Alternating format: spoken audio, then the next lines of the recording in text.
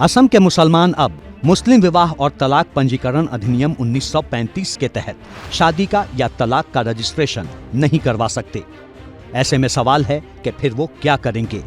इसका जवाब भी असम सरकार ने दिया है। असम सरकार का कहना है कि शादी के लिए देश में पहले से ही स्पेशल मैरिज एक्ट लागू है, यानी अब असम में शादी और तलाक के सभी मामले स्पेशल मैरिज एक्ट के माध्यम से ही होंगे।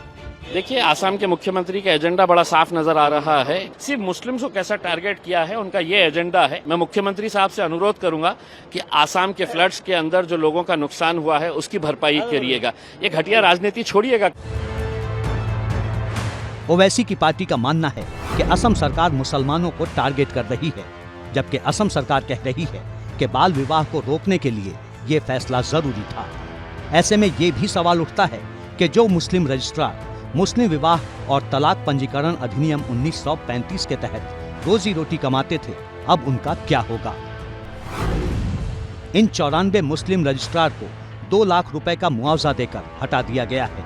ये सभी 94 लोग मुस्लिम निकाह के मामलों में रजिस्ट्रेशन के लिए रद्द किए गए एक्ट के तहत ही काम कर रहे थे। अब उनका काम जिला आयुक्त और जिला रजिस्ट्रार को दे दिया गया है। यानी असम के मुस्लिमों में स्पेशल मैरिज एक्ट के तहत निकाह नहीं होता था, पर अब होगा। असम सरकार के फैसले के बाद अब वहां मुसलमानों में अलग से निकाह और तलाक का रजिस्ट्रेशन नहीं होगा। इसके पीछे हिमंता सरकार की दलील है कि पहले जिस एक्ट को रद्द किया गया है उसके तहत नाबालिगों को भी विवाह करने की इजाजत थी, जो अब नहीं होगी। इसमें कोई शक नहीं कि देश के जिस कोने में जिस भी वर्ग में बाल विवाह होता है वो न सिर्फ गलत है बल्कि असंवैधानिक भी। बीजेपी को लगता है कि इन कुरीतियों को खत्म करने के लिए यूसीसी जरूरी है। भारत में आज भी बहुत सारी मुगल कालीन कुरीतियां जारी हैं।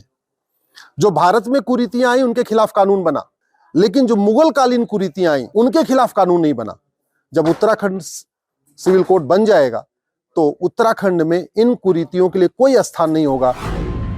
कानून, धर्म और सियासत, हिमंता सरकार के एक फैसले से त्रिकोणीय बहस छिड़ चुकी है। इस त्रिकोण का सिरा यूसीसी की ओर है, तो क्या नरेंद्र मोदी जनसंघ का तीसरा ड्रीम पूरा करने वाले हैं?